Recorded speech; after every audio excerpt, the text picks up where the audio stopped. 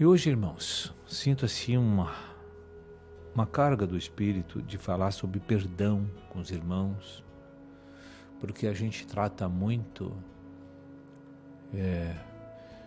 especificamente, o perdão, ele é bem mais amplo do que especificamente estamos tratando, mas eu queria falar de uma forma bem abrangente sobre o perdão hoje, que, segundo a revelação doutrinária das Escrituras, o perdão tem muito a ver nossa relação com Deus, direta, nossa relação também indireta com Deus quando temos problemas com nossos irmãos, na comunhão do corpo. Então são duas áreas que nós precisamos observar em que Deus trata com a nossa alma para que o perdão de Deus, que é todos, cheguem a fazer efeitos libertadores e edificantes para a nossa vida. Porque não tem coisa que edifica mais a nossa vida do que o exercício de receber e conceder perdão. Pedir perdão. Veja bem, quando Deus quer salvar uma alma que está perecendo nos delitos e nos pecados, Deus leva a boa nova para a pessoa conhecer. Ali, nesse conhecer, a pessoa identifica que tem que ter fé na pessoa de Jesus, de que ele é o Filho de Deus, de que ele veio em carne, de que ele morreu e de que ele ressuscitou e ascendeu. A nossa fé é por fé.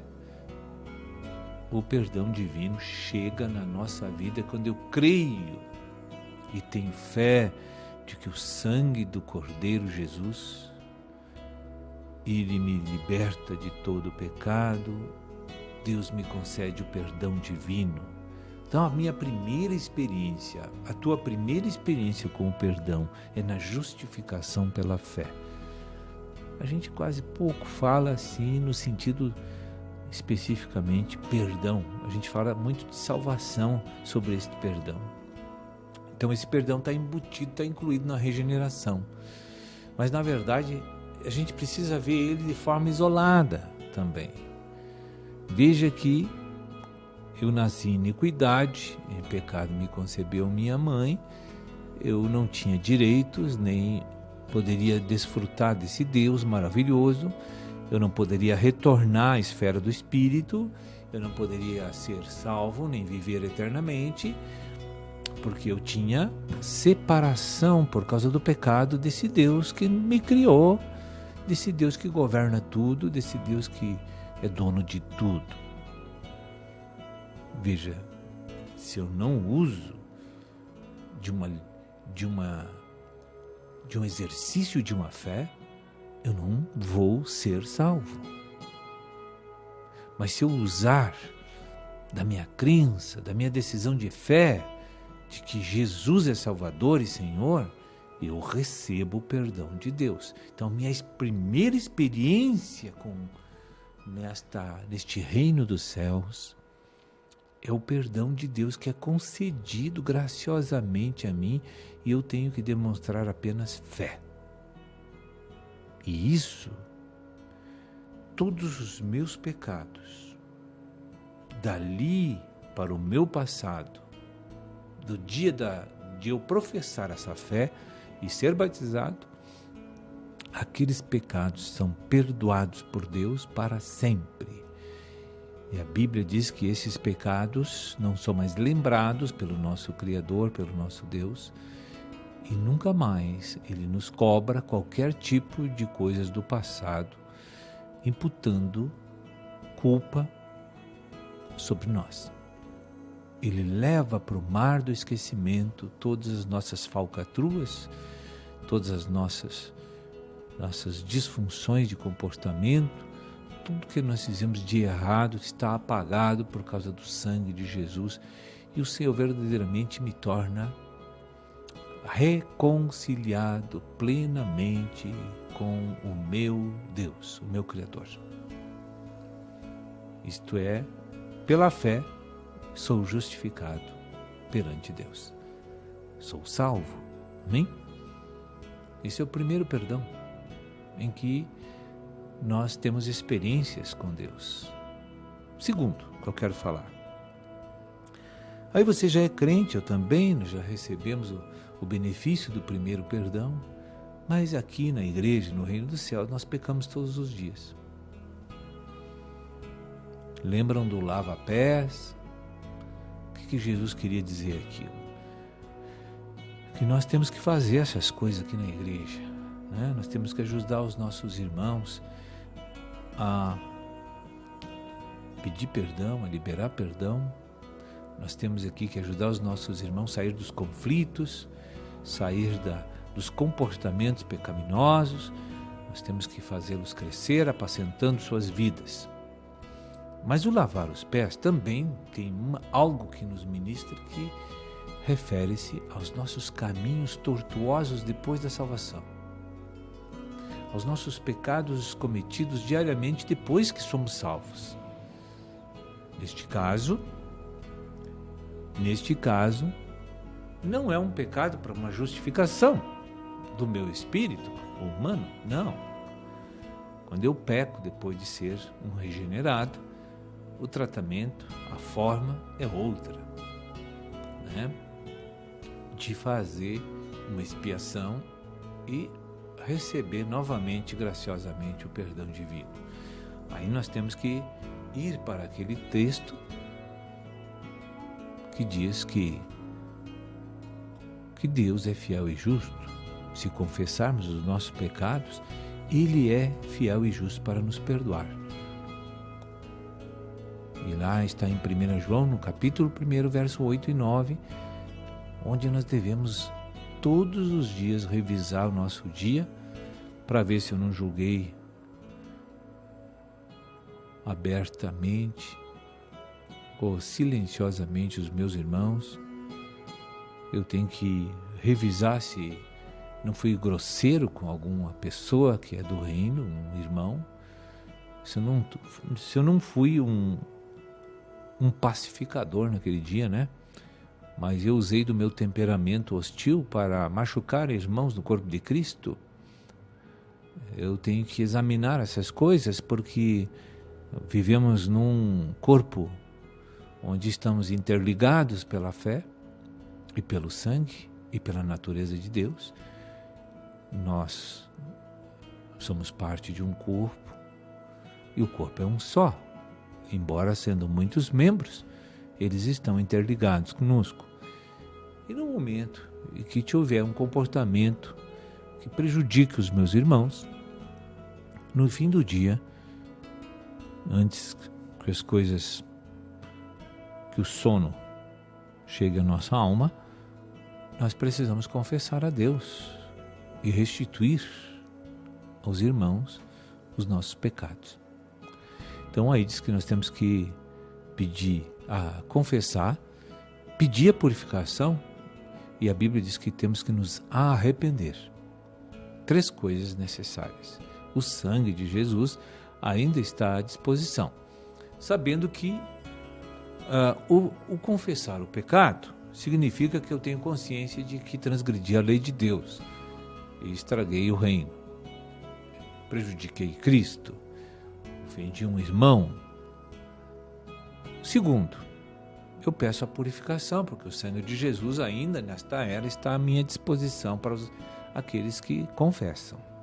Quem confessa é porque sabe que errou e foi purificado, agora então Deus vai proporcionar o arrependimento, capacidade de você não repetir aqueles erros mais que vem do Espírito Santo, porque a comunhão com Deus interna foi reatada com você. Então agora Deus vai estar à disposição para te ajudar a não ser mais grosseiro, hostil com os teus irmãos. E não permitir que tu peque para estragar a obra de Cristo. Porque você não pense, irmão, que você é uma ilha dentro da igreja. E Porque se você andar certinho, os demais não importa. Os teus erros estraga o que Deus está edificando, ofende Cristo, estraga, atrapalha esta obra que Deus está edificando. No Salmo 66, 18, está escrito: se eu no meu coração contemplar a vaidade, achar que eu sou bom e que tenho razão, por isso que eu posso botar todos na linha, achar que eu sou perfeito, isso é uma soberba da vida, isso é vaidade, isso é orgulho. E no Salmo 66, 18, Deus diz: se eu ficar me autocontemplando, como me achando bom e perfeito, e escarnecendo e ofendendo, agredindo os meus irmãos, o Senhor não vai ouvir as minhas orações. Porque o conceito formado que eu tenho a meu respeito é meu, não é de Deus. Eu tenho que olhar para a orientação, a instrução da palavra para saber como eu estou, e não eu emitir um conceito sobre a minha vida. Amém? Não importa o que eu sou e penso e faço, eu tenho que estar de acordo com a verdade para agradar Deus e ser perfeito para Deus na obediência. Então, geralmente o crente fica em débito com Deus na segunda área do ensino do perdão. A primeira é graciosa e não cobra. O Senhor não pede para te fazer nada, só a fé. Basta crer. O segundo, tem que confessar, pedir a purificação. Reconciliando vem o arrependimento pela capacidade do Espírito. E restituição com os irmãos, né? Então aí na outra área do perdão, que entra especificamente, se relaciona com os irmãos na comunhão do corpo, que está tudo interligado, na verdade. Quando eu ofendo pessoas, eu tenho que pedir perdão para as pessoas. Quando eu magoo pessoas, eu tenho que pedir perdão para as pessoas. Quando as pessoas me ofendem agora no corpo de Cristo, eu tenho que liberar perdão para essas pessoas. Então são as 4 faces de tratamento divino com relação ao perdão com as nossas vidas. Justificação da alma e atacar e ser atacado. Como eu devo reagir nessas 4 faces do perdão. Então, muitas vezes a gente falou sempre das que trata entre a comunhão do corpo, né? Se eu sou ofendido, eu vou lá e oro, libero e abençoo o meu ofensor. E Deus já reata a sua comunhão comigo e com o corpo. Se eu sou o ofendido, eu só oro e libero, né? Mas se eu ofendo, Deus requer que eu vá até o meu irmão dizer que tipo de maldição lancei sobre ele naquele dia, porque um pecado é maldição, é amaldiçoar os irmãos, né? Ofender é amaldiçoar os irmãos. E Deus diz: não amaldiçoeis. Ele manda abençoar os irmãos, né? Então, esses são os ensinamentos doutrinários da nova aliança que regem as leis divinas que nos leva à glorificação. Mas se você observar esses 4 pontos do pecado, da área do perdão,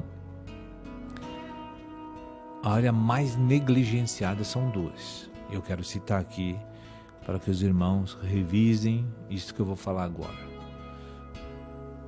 A que está relacionada à confissão dos pecados diariamente. Compara com Deus, né? Segundo, quando a gente ofende, a gente não se humilha para pedir perdão. E quando vai fazer um pedido de perdão, seja pessoal, presencial ou público, a gente fica abreviando a maledicência, fica abreviando, ocultando as coisas horrendas que fizemos e falamos, E as pessoas que estão escutando essa restituição, por causa do orgulho, não querem se humilhar, né? Não querem reconhecer que são fracos e pecadores, e então eles procuram assim fazer uma descrição do pecado cometido de forma amena, com palavras mais, falando em contextos, né? Falando assim de forma genérica. Ofendi tal pessoa, eu estou aqui para pedir perdão, né? Quando é público, geralmente é nesse tom, nessa tonalidade que nós agimos. Quando é pessoal, às vezes eu tenho visto como é feito e procedido. Olha, irmão, eu não sei se eu te ofendi ou não te ofendi, se eu te magoei ou não te magoei, mas na verdade ele sabe. Mas ele diz, olha, eu quero que tu me perdoe aí se eu errei com você. Mas se tu sabe, por que tu não cita para quebrar o teu ego, irmão? Porque tu quebrando o ego, tu agrada a Cristo. Deus te usa mais, Deus te abençoa mais. Por que tu fica protegendo este homem horrível, chama-se velho homem, que já está desmascarado, destruído, acabado para sempre? Tu fica guardando a imagem dele, coisa mais feia. Porque você não diz que foi fraco, que tu não tem paciência, porque tu não diz que tu errou, que tu disse um horror de nome feio, que você amaldiçoou o teu irmão. Diz para ele. Aí Deus vai ver a tua sinceridade, Deus vai ver realmente que você sentiu um peso na tua vida, tu te sentiu realmente culpado. E Deus então terá toda a liberdade para fazer uma restauração maravilhosa nessa questão da restituição do perdão. Agora, em 1 João, no capítulo 1, é diferente a conotação da nossa preservação do velho homem. A gente acha que os pecadinhos que eu cometi hoje não são necessários confessar. Afinal de contas, são tão pequenas coisas, né? Porque o pecado de ego, o crente costuma absolutizar. Não é problema para Cristo. Então não precisa confessar.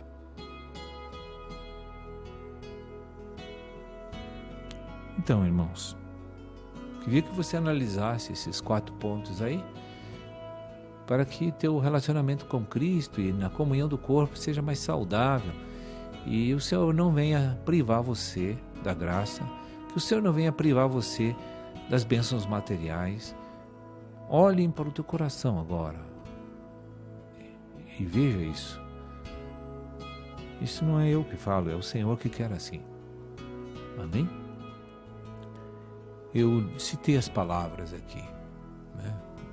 Mateus 6,15, a condicional do Senhor, 1 João 1,9, 8 e 9, Romanos 3, 24, 25, 26, 27, Romanos 6, versos 6, 7, 8, 9, 10, Gálatas 2,20, 1 Coríntios 12, né? Do 9 em diante, Gálatas 5, né? Do 22 em diante, olhando do 16 em diante também, aí você vai ver como está o teu tipo de relacionamento com Deus e com os irmãos, porque o apóstolo Paulo nos deu uma lição grandiosa, quero dizer para você. O Espírito Santo deu uma lição grandiosa, um verdadeiro seminário num versículo, uma pequena passagem da Bíblia que está em Atos capítulo 9. Paulo se dirigia para Damasco para chicotear, para agredir, prender e até matar crentes que faziam parte do corpo de Cristo. De repente, uma luz do céu brilhou sobre o ignorante Paulo não era consciente aquilo, era uma ignorância. É por isso que ele se tornou o apóstolo depois disso. Porque ele era, na verdade, ele tinha um erro da sua cegueira religiosa. Não é o nosso caso, nossos erros são conscientes contra Cristo. Mas ali, o que eu quero mencionar nessa experiência, que foi um verdadeiro seminário, de um aprendizado, que quem bate nos filhos do reino acerta contas com o nosso Senhor Jesus Cristo. É por isso que, diante de qualquer tipo de afronta, o Senhor ministra no meu coração que não é para me revidar, reagir, e eu tenho conseguido isso pela graça de Deus nesses últimos anos. Eu aprendi que minha justiça é Cristo.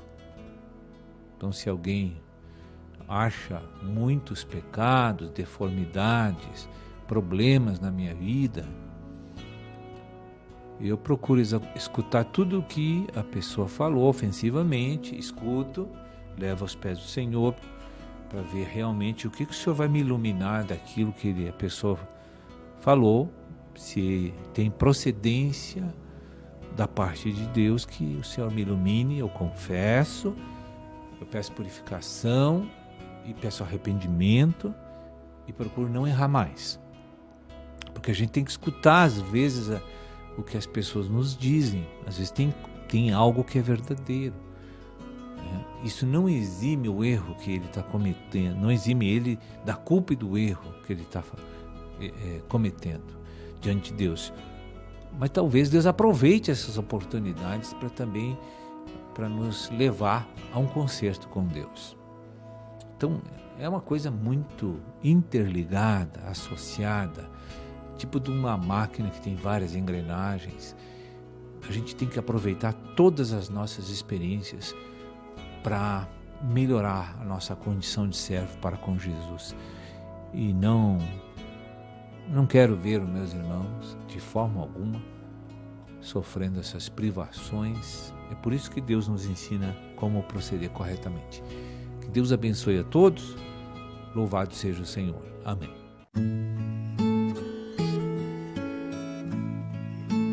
Deus é fiel e justo. Se confessarmos os nossos pecados, Ele é fiel e justo para nos perdoar